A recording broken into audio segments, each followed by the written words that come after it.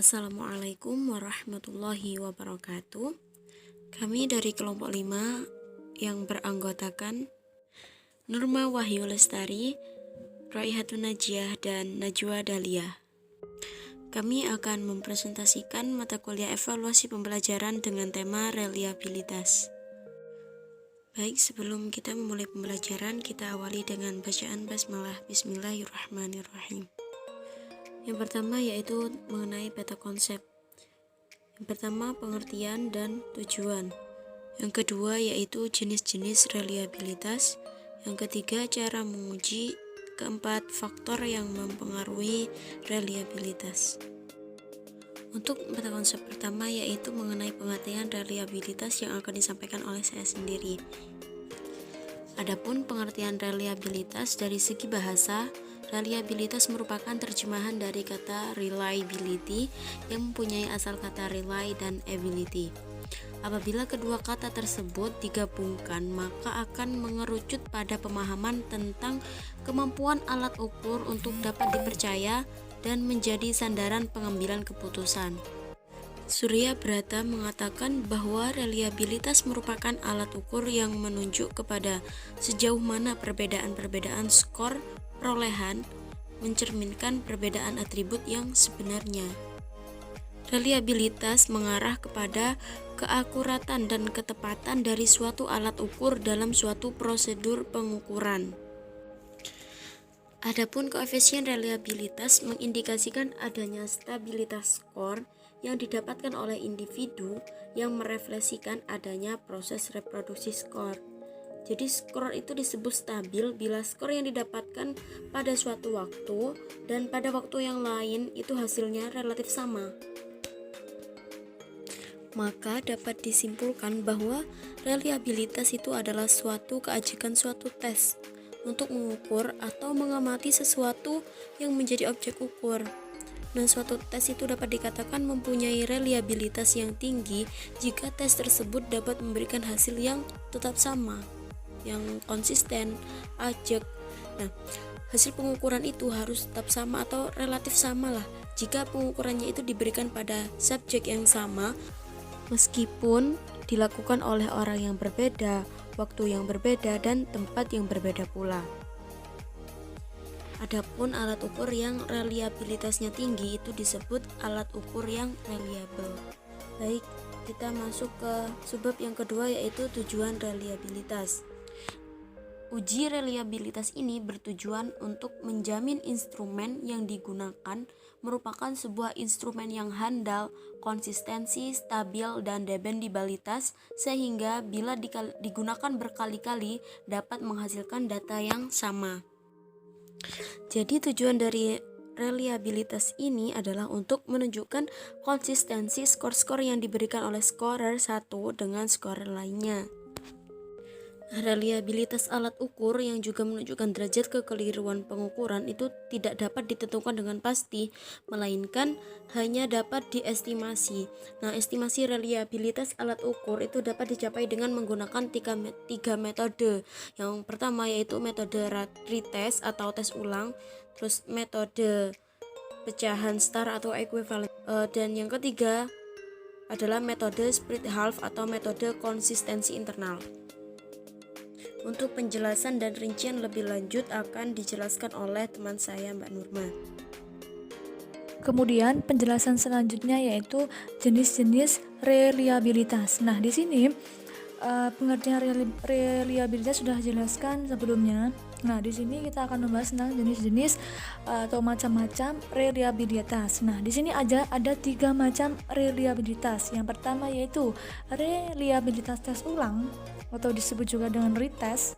Nah, yang kedua yaitu reliabilitas pecahan setara atau disebut juga dengan ekuivalen. Dan yang ketiga yaitu reliabilitas belah dua atau split half method. Nah, untuk penjelasannya mari kita simak slide berikutnya. Baik, di sini akan kami jelaskan jenis reliabilitas. Yang pertama yaitu reliabilitas tes ulang atau yang biasa disebut juga dengan retest. Nah, di sini akan kami jelaskan secara mendalam atau secara rinci.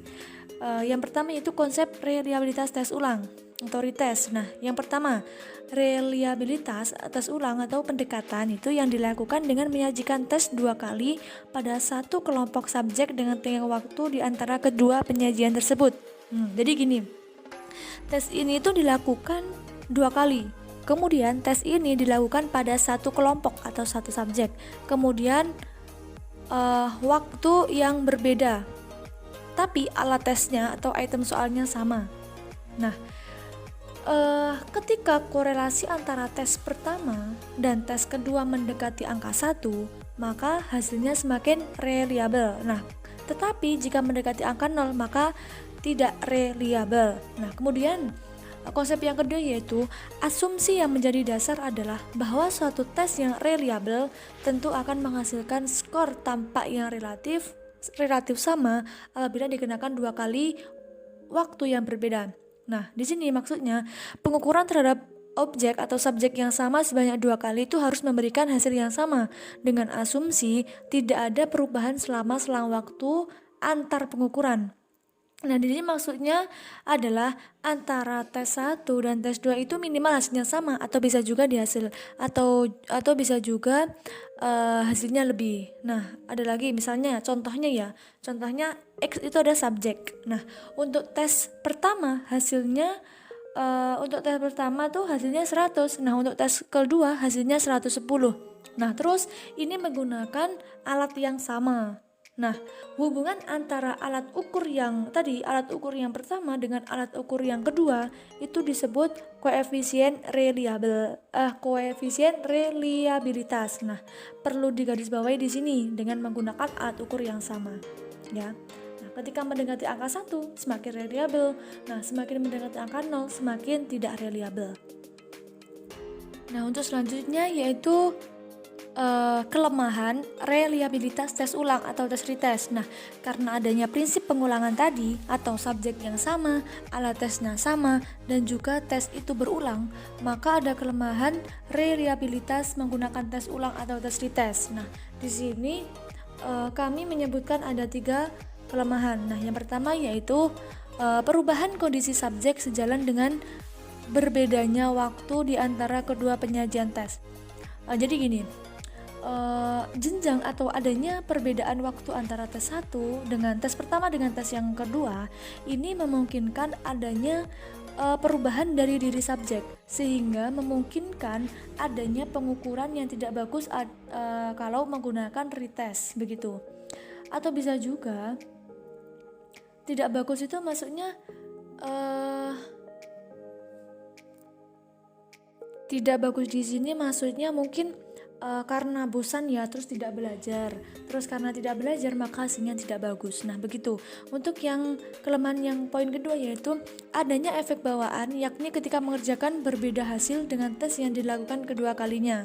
Efek bawaan. Nah, di sini maksudnya dari adanya efek bawaan, ya ini ketika mengerjakan berbeda hasil dengan tes yang dilakukan kedua kalinya. Mungkin efek bawaan ini bisa jadi kebosanan, beban kognitif, kelelahan dan lain sebagainya. Apalagi tes itu adalah tes kognitif, maka itu sangat mempengaruhi efek bawaan tersebut atau disebut juga dengan carry off effect, efek bawaan yang berlebihan. Nah, kemudian yang kelemahan terakhir yaitu proses belajar. Nah, di sini adanya proses belajar antara tes 1 dan tes 2 memungkinkan tes 2 menjadikan hasil atau nilainya lebih tinggi dari tes pertama karena di sini atau item soalnya itu sama, hanya saja waktunya berbeda sehingga untuk adanya proses belajar ini menjadikan nilai dari tes pertama itu tuh nilai tes kedua itu jauh lebih baik dari tes pertama karena adanya proses belajar ini. Nah, di sini kemudian ada tambahan lagi. Nah, jadi sudah dijelaskan bahwa reliabilitas itu kan tes dengan subjek yang sama, item soal yang sama, tetapi tapi waktunya yang berbeda. Nah, di sini perlu digarisbawahi jarak atau selang waktu antara tes pertama dengan tes kedua itu tidak boleh terlalu dekat dan tidak boleh terlalu jauh. Jika jarak terlalu dekat, hasilnya sangat dipengaruhi oleh ingatan siswa terhadap jawaban yang diberikan pada pengukuran pertama, bukan karena bukan karena keajikan alat pilihan, atau di sini disebut juga dengan tadi sudah dijelaskan disebut dengan carry over effect. Nah, begitu.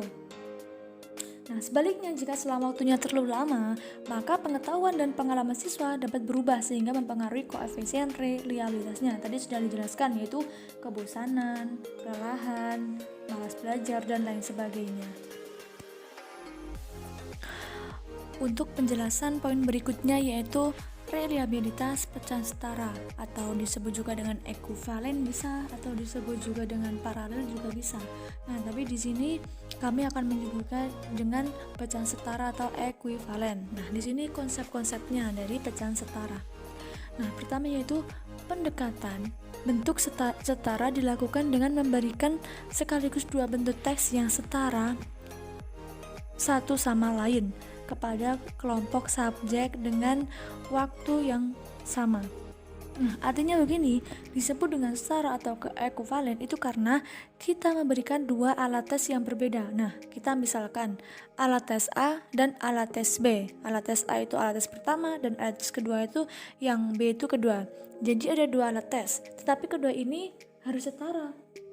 Jika tidak setara, ekuivalen, jika tidak setara atau ekuivalen, maka tidak bisa diberikan. Misal nomor 1 alat tes A membahas tentang penjumlahan bilangan pecahan, maka nomor 1 di alat tes yang kedua harus membahas tentang penjumlahan bilangan pecahan, tapi yang membedakan adalah item soalnya, tetapi di sini pembahasannya atau isinya sama.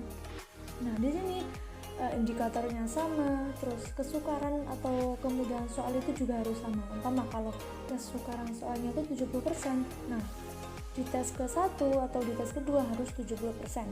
Nah, kemudian penjelasan poin kedua yaitu reliabilitas ini dapat mengurangi efek carry over atau efek bawaan sebagaimana yang terjadi pada tes ulang atau tes retest sebelumnya, karena dua alat tes yang setara bisa digabungkan jika jumlah soal sedikit untuk diberikan hanya satu kali pada subjek. Nah, kalau tesnya banyak bisa diberikan di waktu lain, tetapi jangkanya harus dekat, tidak boleh jauh. Nah, kemudian di sini ada lagi, enaknya kalau yang reliabilitas tes ulang atau retest itu kan sebelumnya terjadi carry effect atau efek bawaan. Nah, karena soalnya sama, tetapi kalau ini berbeda. Tetapi kalau reliabilitas pecahan setara atau efeknya berbeda, ini bisa mengurangi carry over effect, karena kalau seandainya alat ukur tersebut hanya sedikit, katakanlah alat tes A itu 10 item soal, terus kemudian alat tes B itu 10 item soal, maka bisa digabungkan jadi satu dalam satu waktu kepada subjek, asalkan item soalnya itu setara ya, bukan sama. Namun jika alat tesnya jumlahnya banyak, misalnya 40 soal, 50 soal, kalau diberikan bersamaan terlalu berat, maka alat tes 1 boleh diberikan hari ini, kemudian alat tes 2 bisa diberikan besoknya juga nggak apa-apa. Atau bisa juga tes B itu diberikan 2 atau 3 jam setelah melakukan tes A, itu juga nggak apa-apa, karena item soalnya berbeda meskipun konsep atau isinya sama, tetapi soalnya berbeda.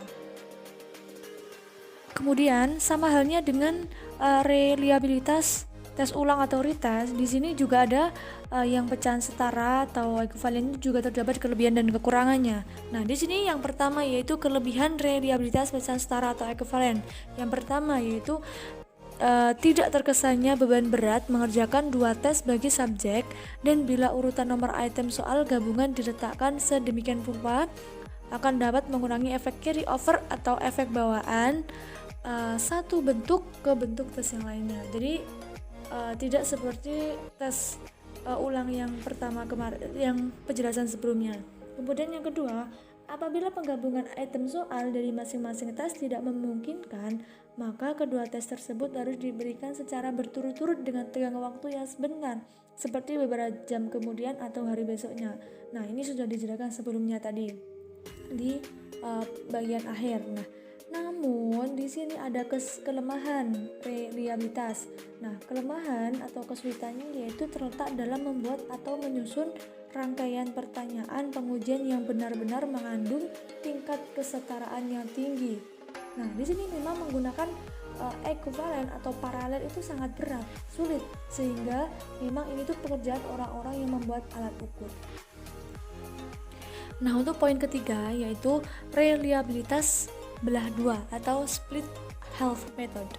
Nah, di sini ada beberapa konsep reliabilitas belah dua. Nah, yang pertama yaitu dalam menggunakan metode ini, pengetes hanya menggunakan sebuah tes yang dicobakan satu kali. Nah, di sini reliabilitas yang poin ketiga ini berbeda dari reliabilitas tes ulang yang pertama tadi dan kemudian tes yang ekovalen. Ini berbeda, sangat berbeda. Nah, di sini cara menentukan reliabilitas belah dua itu harus dibelah menjadi dua, yaitu soal nomor genap dan soal nomor ganjil. Nah, cara-caranya yang pertama yaitu membelah atas item-item genap dan item-item ganjil, yang selanjutnya disebut belahan ganjil genap. Kemudian cara yang kedua yaitu membelah atas item-item awal dan item-item akhir, yaitu setengah jumlah pada nomor awal dan setengah pada nomor akhir, yang selanjutnya disebut belahan awal akhir. Nah, untuk yang cara pertama tadi kan umpama 1, 2, 3 sampai 10, nah dicari bilangannya ganjil 1, 3, 5, 7, 9 itu ganjil. Nah, kemudian genapnya juga itu. Nah, untuk yang kedua yaitu membelah atas item-item awal. Nah, item-item awal dan akhir yaitu nomor 1 sampai 5, terus nomor 6 sampai 10 begitu. Kemudian yaitu selanjutnya cara perhitungan reliabilitas dengan metode belah dua. Di sini kami hanya menjelaskan dengan caranya, cara perhitungan. Nah, dan maaf tidak memberikan contoh soalnya karena mungkin akan terlalu panjang penjelasannya dan waktunya juga terlalu panjang. Nah, mungkin bisa nanti dijelaskan sama Ustadz Taufik. Nah, di sini cara perhitungan yang pertama yaitu mengadakan analisis butir soal atau analysis item yang dapat dijawab dengan benar diberi skor dan bagi yang salah diberi skor 0. Nah, kemudian yang nomor 2, skor-skor untuk seluruh subjek dan seluruh item diterapkan dalam tabel analisis. Kemudian yang ketiga itu membuat tabel perhitungan reliabilitas dengan belah dua, ganjil genap atau awal akhir. Nah, kemudian cara keempat kita masuk rumus, menghitung dengan rumus korelasi product moment. Nah, di sini sebenarnya ada beberapa rumus, tapi di sini kami mengambil rumus yang itu di layar. Begitu. Nah, kemudian yang terakhir yaitu untuk mencari reliabilitas seluruh tes digunakan rumus Spearman-Brown. Nah, itu penjelasan tentang reliabilitas belah dua. Kemudian yang selanjutnya adalah faktor-faktor yang mempengaruhi reliabilitas. Nah, adapun faktor yang mempengaruhi reliabilitas antara lain yang pertama, jumlah butir tes atau panjang tes. Umumnya, semakin besar jumlah butir soal tes, maka semakin tinggi pula reliabilitasnya. Hal ini terjadi karena semakin panjang tes, sehingga semakin banyak perilaku yang terukur dengan lebih tepat. Kenaikan reliabilitas sebagai fungsi dari panjang tes dijelaskan oleh formula Spearman-Brown yaitu Rn sama dengan indeks reliabilitas setelah ditambahkan soal. N sama dengan perkalian penambahan awal, R sama dengan indeks reliabilitas awal. Apabila tes memiliki banyak butir, maka reliabilitasnya dapat meningkat, asal penambahan butir tersebut mengacu pada pendeskripsian yang jelas terhadap variabel yang diukur. Jadi, dalam menyiapkan suatu tes, perlu dipertimbangkan jumlah butirnya, walaupun ditemukan semakin banyak butir berarti semakin tinggi reliabilitas, bukanlah berarti bahwa perlu disiapkan butir tes sebanyak-banyaknya, tetapi tetap berada pada batas dimensi dan indikator dari variabel yang diukur. Kemudian yang kedua, variabilitas kelompok atau heterogenitas kelompok. Faktor lain yang berpengaruh terhadap reliabilitas instrumen adalah heterogenitas kelompok. Heterogenitas kelompok diperlihatkan oleh besar kecilnya varians distribusi skor subjek pada variabel yang diungkap oleh tes yang bersangkutan. Bila tes yang bersangkutan mengungkap kemampuan bahasa Arab, maka heterogenitas kelompok diperlihatkan oleh besarnya variasi skor kemampuan berbahasa Arab di antara siswa yang dites. Hal ini juga sesuai dengan rumus reliabilitas, yaitu Koefisien reliabilitas menunjukkan sejauh mana sebuah tes secara konsisten menempatkan siswa di tengah-tengah kelompoknya. Koefisien reliabilitas secara langsung dipengaruhi oleh penyebaran skor dalam kelompok yang diukur.